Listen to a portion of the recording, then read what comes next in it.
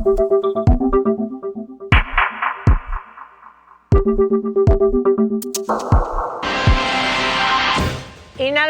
ng mga kongresista ang pahayag ni Senate President Chis Escudero na maaaring madismiss ang impeachment case ni Vice President Sara Duterte sa pamagitan ng isang mosyon na sasang-ayunan ng simple majority o 13 senador.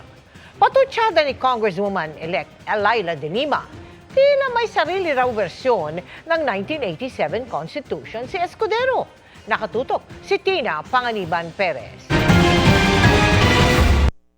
Nanindigan ng mga kongresista magsisilbing prosecutor sa impeachment trial na hindi maaaring ma-dismiss ang kaso laban kay Vice President Sara Duterte sa boto lamang ng simpleng mayorya o 13 boto, gaya ng sinabi ni Senate President Chis Escudero. Hindi na natin naiintindihan, has been showing that a kind of posturing as if the 1987 Constitution is not there, as if the 1987 Constitution is not clear enough. Ang katwiran ni Escudero, kung may magmosyon na i-dismiss ang kaso, simple majority lamang ang kailangan para maipasa ito.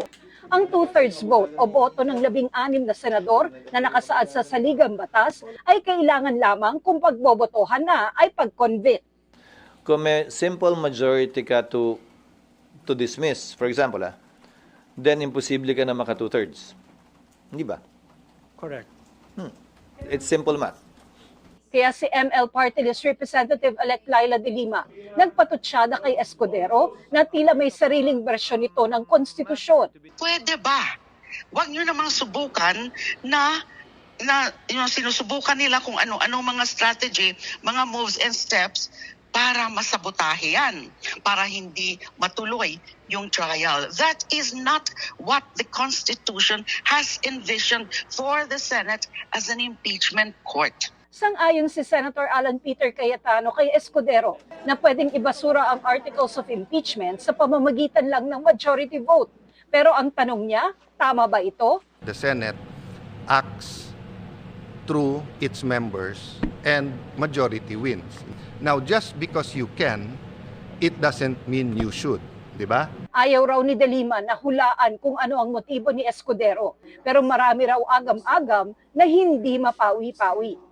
Hindi maiiwasan yung mga agam-agam na this is part of a plan. I don't know if this is coordinated. This is something that is consciously being made by the parties, meaning the defense, and then yung senators mismo as an impeachment court. Kinatigan ni Representative Jervy Luistro na hindi pwedeng ibasura ng impeachment court ang articles of impeachment. Malinaw anya ang konstitusyon na ang trabaho ng impeachment court ay to try and decide o magsagawa ng paglilitis at magdesisyon. Welta pa ng isang pumirma sa articles of impeachment. Malaking tanong, bakit? Anong reason nyo para i-dismiss or i-junk? Ayaw nyo bang makita o masilip man lang yung mga ebidensya na ipipresenta ng dalawang panig? Yun ang pinakapatas sa lahat eh. That's why dapat impartial. Hinihinga namin ng reaksyon dito si Escudero. Para sa GMA Integrated News, Tina Panganiban Perez, nakatutok, 24 oras.